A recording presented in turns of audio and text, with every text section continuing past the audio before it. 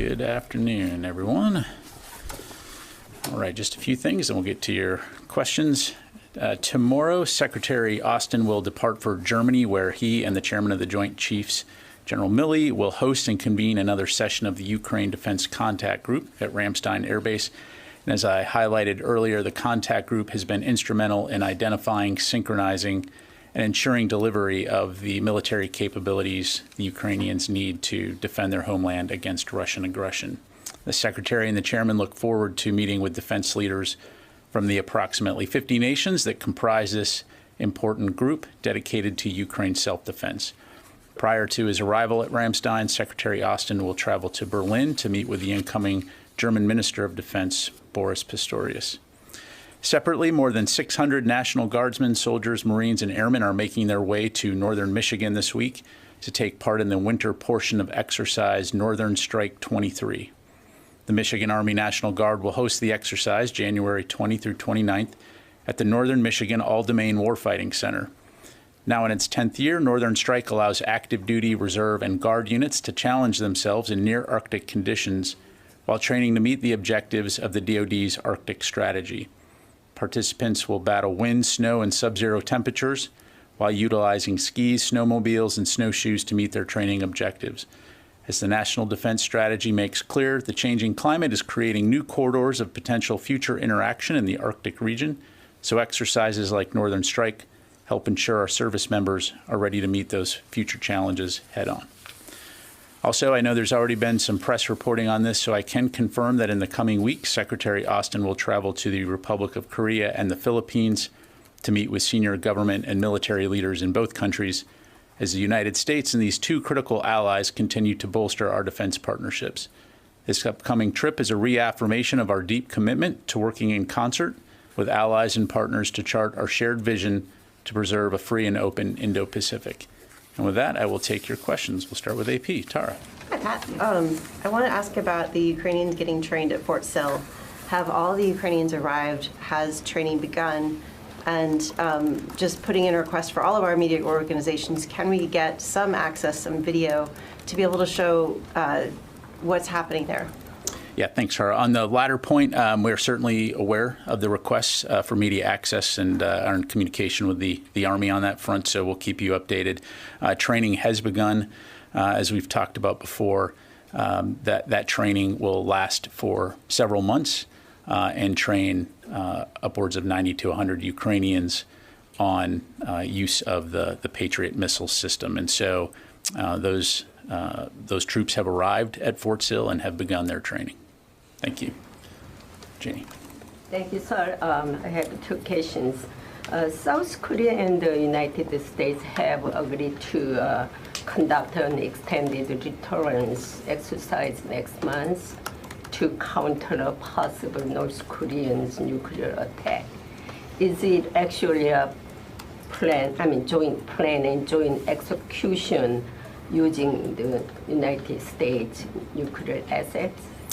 In terms of exercises, I don't have anything to announce. I'd encourage you to talk to USFK. They could provide you any details. As you know, we don't typically announce certain exercises well in advance. And when we do those exercises, of course, we do that in close consultation with our partners, in this case, Republic of Korea. We've also talked about the fact that the United States does provide an extended deterrence capability for our allies like the Republic of Korea and Japan and others in the region. And we will continue to focus on training and making sure that we can be interoperable when it comes to working together. Yeah, does it include the TTX, like the tabletop exercise? Again, I'd refer you to USFK. I don't have any other details. Last weekend, the United Nations Command released the photos of B-29 bombers bombing North Korea Pyongyang 72 years ago. At this point, does this circumvent the United States, extended deterrence strategy? I'm sorry, Jen, I don't understand the question. Can you ask that again? Because last weekend, the UN command released the photos of B-29 bombers were bombing the North Korea's Pyongyang, 72 years ago, Korean War. At this point, why they release this in this time, it kind of does circumvent the U.S.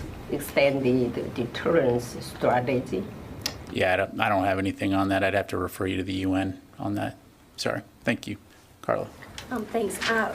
ANP is reporting that the Prime Minister of the Netherlands has said that they're going to send a Patriot missile defense system to Ukraine. He's here in Washington. Can the Pentagon confirm that that's happening? And then I have one other follow-up. Yeah, I cannot. I'd have to refer you to the Netherlands to talk about that. Okay, thank you. And then separately on Afghanistan, there's been an Afghan commando detained at the border. Special forces fought alongside, not directly with U.S. troops, but alongside U.S. troops. Is the Pentagon concerned that he could potentially be deported back to Afghanistan? Yeah, so I'm not able to talk about individual cases as it relates to the border and any type of Customs and Border Patrol activity. I'd refer you to DHS on that. Certainly, we've talked about in the past when it comes to our Afghan allies and those that we fought alongside, the department is supportive of any efforts that we can make to ensure that we're taking appropriate care for those people. Is the Pentagon intervening in this case in any instance with? I don't have any information on that. Again, on a border case, I'd refer you to DHS, and they can provide you the latest. Thank you. Let me go to Laura. Just back to the Patriot training, I'm wondering, since there will be at least one more Patriot battery coming from Germany, is there going to be another tranche of 90 to 100 Ukrainian forces training at Fort Sill? Is that going to be part of another tranche in a couple months once this is finished, or are they going to be more forces coming to train at the same time? How's that going? Sure. So as of today, this is the only tranche, but of course we'll continue to keep that dialogue open. And certainly Fort Sill has the capability and the capacity to train many different nations, obviously, on Patriot. So that's something that we'll continue to take into account. But as of right now, this is the group that's coming through to train on the U.S. Patriot that we're providing. So if I could follow up, then how is that going to work when there are potentially 2 Patriots in Ukraine, but only 100 guys that are So you're talking about a them? German-provided Patriot. Yeah. And so really the Germans, that's a question for them in terms of what their game plan is in terms of training on that system. Again, we will stay open in terms of talking with the Germans and others on how we can best provide support and training to the Ukrainians. But your question was whether or not there will be another group coming in through Fort Sill, and I'm telling you right now, I'm not aware at this time of another group coming through. Thank you. Warren? Two questions. One, a quick follow-up to that. Will Secretary Austin bring that up with Boris Pistorius in the meeting in just a couple of days? Is that on the agenda? And second, is the Defense Department considering giving back pay and/or reinstatement to service members separated for refusing the COVID vaccine? Is that something DoD is actively exploring? Yeah, so in terms of the Secretary's conversations with his German counterpart, we will be sure to issue a readout, of course, afterwards. Without a doubt, I know that the Secretary will communicate the United States' appreciation for the strong support that Germany has provided to Ukraine and the strong support that we expect that they will continue to do. In terms of back pay, you're talking specifically on COVID vaccination? Yeah. What I would tell you is right now, we are not currently pursuing back pay to service members who are dismissed for refusing to take the COVID vaccination. Thank you. Ma'am. Thank you, sir. There's been increasing reports lately about parts made by U.S. and Western companies being found inside Iranian drones being used against Ukraine's military. Is this something Undersecretary for Policy Dr. Call and others discussed in meetings with Ukrainian officials yesterday leading up to the contact group meeting, and is this going to be a topic of discussion during the meeting at the end of the week? Yeah, so we did issue a readout of the meeting, which I think provides an overview of the discussion. Clearly, the main emphasis was on Ukraine security assistance needs and what we can do to continue to support them. When it comes to technology transfer issues, this is really a whole of government effort, of which the DoD does play some role, but I don't have any more specifics in terms of the substance of those conversations to provide. And you can't share what DoD's role in the Biden administration's new task force to address its products being resold. Is there anything you can share about what your role is there and whether or not you'll be investing more resources or hiring more people to better track or monitor where your parts end up if they are going to be in weapons then used against Ukraine? Yeah, let me take that question and we'll get you a detailed response. Thank Liz? Hey, thanks. To follow up on Carla's question a little bit, so this case is specifically regarding Abdul Wasi Safi. He's a former Afghan commando. Is the Defense Secretary aware of this case? The Secretary follows a lot of activities that are happening around the country. And so, again, we've seen these press reports, but I don't have anything further to provide. So multiple lawmakers on both sides of the aisle have called for President Biden to pardon him. If the Defense Secretary is aware of the case, would he speak with President Biden about that? I'm not going to get into the privileged discussions between the President and the Secretary. Thank you very much. Thank you. Does Secretary Austin feel that Afghan commandos trained by the U.S. Should be able to seek asylum in the U.S.? I think we've been very clear that we're supportive of efforts by the U.S. government to ensure that those who fought alongside us are appropriately taken care of. And so we'll continue to work with the interagency on that effort. Thank you. Ma'am, and then I'm going to go to the phone. Just following up on the back pay for troops, that was a lawful order at the time, so is there a concern that back pay or reinstatement could set a precedent? Well, again, what I would say is right now, we do not, we are not pursuing, as a matter of policy, back pay for those who refused the vaccine. At the time that those orders were refused, it was a lawful order. And so I'll just leave it at that. Thank you.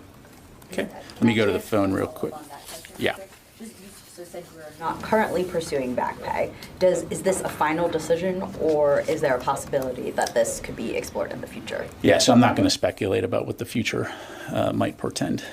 Just last week, a spokesman told me that this was something that you were exploring. That was only a couple days ago. So I can tell you that right now we're not currently pursuing back pay. Thank you. Let me go to the phones here real quick. Jeff Schogel, Task and Purpose. Thank you. Last week, a spokesman was asked about back pay and said, quote, regarding the back pay, the department is still exploring this and will provide its views on legislation on this nature at the appropriate time and through the appropriate process. So what has changed since Friday? So thanks, Jeff. So again, today, as a matter of policy, we're not currently pursuing back pay to service members who refused to take the COVID vaccine. If and when there are any updates to provide, we'll be sure to do that. Thank you. Let me go to Kimberly, Signal. Hi, sir. Thanks for your time today. I wanted to follow up on last week's bilateral meeting with the Japanese Minister of Defense, Hamada, and if the talks with the Secretary addressed how the U.S. and Japan will collaborate further as far as integration of command and control, C2, or even on a JADC2 level. Thanks. Yeah, thanks, Kimberly. So we'll certainly have more details to provide in the days ahead. The discussions were an opportunity for the two leaders to really look at how we can advance our relationship and modernize the U.S.-Japan alliance. And so our two staffs will work together to do exactly what you highlight, talk about the specifics about how we can increase cooperation and bolster interoperability when it comes to things like command and control and interoperability. Thank you. Let me do one more for the phone here. I'll come back in the room. J.J. Green. Thank you, General, for taking this question. A number of sources and people that are observing Russia, Moscow, say that it appears as though Moscow is taking several defensive steps in and around the city. And there have been a number of think tanks and Western intelligence agencies talking for months about Russia possibly making this a wider war or a more conventional conflict. What has the Pentagon seen and noted in terms of Russia's posture right now? Thanks, JJ. And just to clarify, around which city did you say? Moscow. Yeah, I don't have any comments to provide in terms of Russian internal defense around Moscow. I think as we look at the battlefield in Ukraine, we've seen, for the most part, Russia essentially dig in along the forward line of troops, with the exception, of course, being in the vicinity of Bakhmut and Soledar, of course. You know, and I have seen press reports talking about Russian efforts to strengthen some of their air defenses based on mysterious explosions that happened at air bases in their country. But I'm not going to have anything to provide on that. Thank you. All right, let me go back to the room. Tom, and then we'll go to Nancy. Thanks, General. What information do you all have, if any, on the missile that struck over the weekend in Ukraine that killed 40 people? There have been some reports that it was a hypersonic missile. Can you shed any light on that, please? Thanks. Yeah, so I don't have any detailed reporting on the specifics, other than to say, again, we do know that Russia launched a very heavy salvo of missiles from aircraft, from naval vessels, and from land against Ukrainian civilian infrastructure and civilian targets over the weekend. I think, again, it just highlights the nature of this conflict and the lack of civility on the part of Russian forces when it comes to targeting civilians. Thank you. Nancy. I want to follow up your answer to Tara, please, on the training at Fort Sill and media coverage. You said that OSD had been in contact with the Army about allowing U.S. media to cover the training. I'd like to understand what precisely is the concern about the coverage around that training, and have there been any restrictions placed on the Army or DoD to allow reporters to cover that training? So again, we continue to talk with the Army about what options may exist, and again, we'll come back to you as quickly as we can. Some of the things that we need to take into account, in particular for the Ukrainians, is one, recognizing that they're there to train. There are certain operation security considerations that we need to make sure we've taken into account, recognizing that these individuals will go back to the battlefield, and they certainly have a say on that as well. But again, we will try to see what we can do and come back to you. I guess what I'm trying to understand is it a question then, well, if I could actually first, have there been any restrictions placed on DoD or the Army I would say we're still in discussions in terms of how we might be able to accommodate those requests. So right now, I will say that in the past, when there has been training, there have been restrictions placed in terms of visual imagery, right? Things that could potentially identify these folks who have to go back to Ukraine, who have family members in Ukraine, and so trying to be sensitive to those kinds of things certainly has been something that we've taken into account, just like we would for any significant operation. So is the discussion then around how to make this happen or whether to make this happen? The discussion is how to make it happen. So we can anticipate then at some point we'll be able to see this and cover it. We'll keep you updated. Thank you. Rio. Thank you. Last week, the CSIS released a report on the result of the war game simulations on the Taiwan Strait contingency. The main conclusion is that the Chinese invasion would fail, but would result in heavy casualty among the U.S. and Allied forces. I wonder if their conclusion is consistent with the Pentagon's war games in general. Yeah, so I'm not going to comment on the CSI exercise. I'm certainly aware of it. More broadly speaking, we've been very clear, as you know, this has also been included in the National Defense Strategy, on the challenge that conflict in the Indo-Pacific as it relates to Taiwan would be. And so as a Defense Department, we recognize China as the pacing challenge. We continue to do what we can to ensure that we can deter and prevent conflict, but if necessary, that we would fight and win. Thank you. Joe. Thanks. General, the former U.S. Army Europe Commander Ben Hodges tweeted recently that the U.S. should now be providing Ukraine with ATACMS, Gray Eagles, small diameter bombs to deny Russia the use of logistics hubs in Crimea and in Russia and Belarus. The U.S. recently crossed the threshold in sending armored vehicles to help Ukraine take back territory. What's the Defense Secretary's view now on sending precision weapons with ranges of as much as 300 kilometers? Yeah, well, I think Secretary Austin's been very clear that we continue to maintain an active and ongoing dialogue with our Ukrainian partners, with the international community, on what are Ukraine's most urgent needs when it comes to the battlefield and the current situation there. And so going into, for example, the contact group this week, he'll have the opportunity to have those discussions with his Ukrainian counterpart and with our other allies and partners around the table to do exactly that. What are the kinds of things that Ukraine needs to be able to defend themselves and also take back their sovereign territory? So as we have new announcements to make, we'll certainly be sure to pass those along. Has there been any movement on that conversation, or has it been largely in the same place as it's been? Well, I think that's a matter of perspective, right? So, I mean, if you look at this campaign in its totality, if you would ask that question 1 month into the campaign, so it's relative, right? We're going to continue to adapt and evolve and tailor that assistance based on the situation on the ground and based on the capabilities that we can get there to them quickly. So, thank you. Tara. Just a follow-up on the Patriots. How much of the training will be focused on maintenance? And will there be any external support provided, like additional maintenance support provided by the U.S., additional spares? Or are the Ukrainians going to be responsible for keeping the system operational on the ground? So in terms of the maintenance, I'd refer you to the Army for a more granular level of detail. I would tell you that maintenance will be an aspect, operations and maintenance will be an aspect of the training.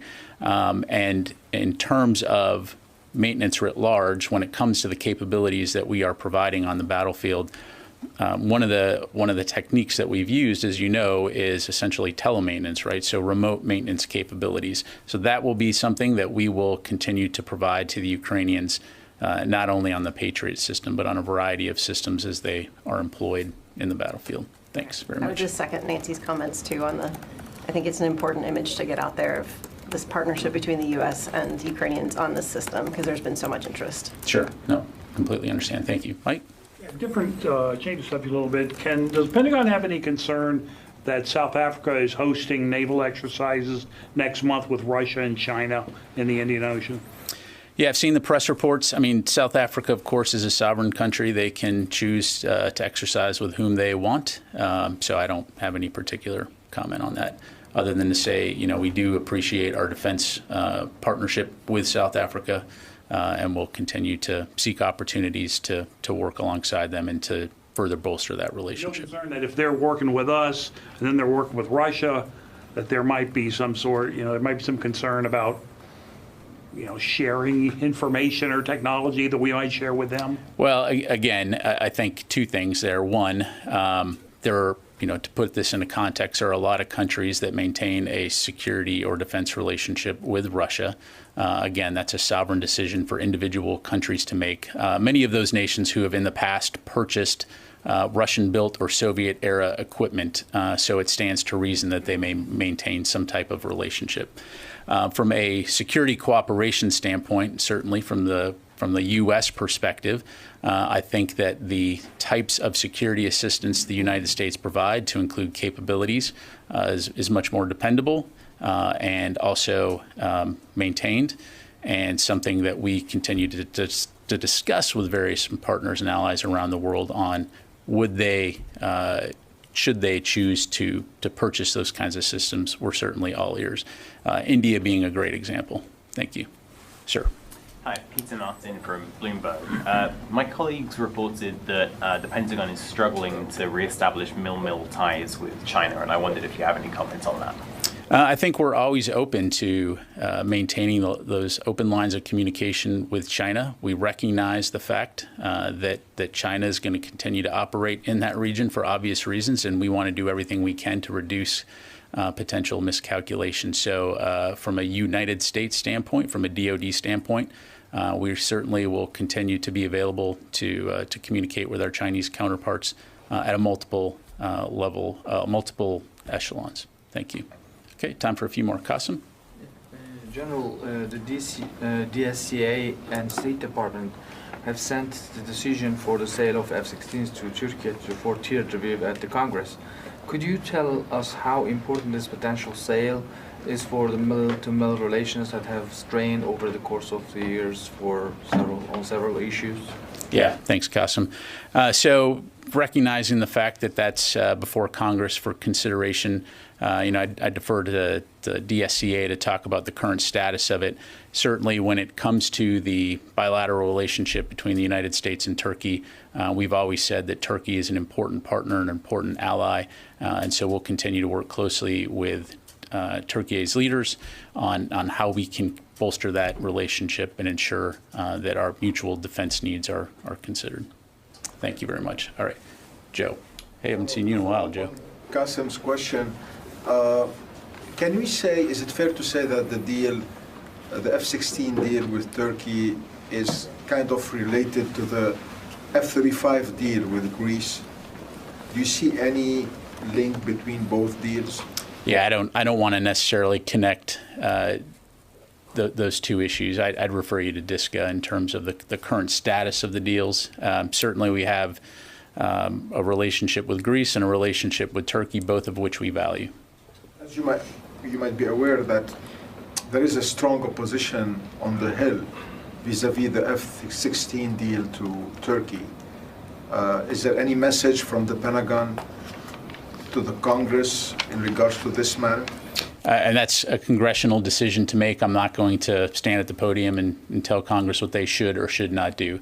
Again, the United States and Turkey share an alliance, and they're an important partner not only in the region but around the world. And so I'll just leave it at that. Courtney.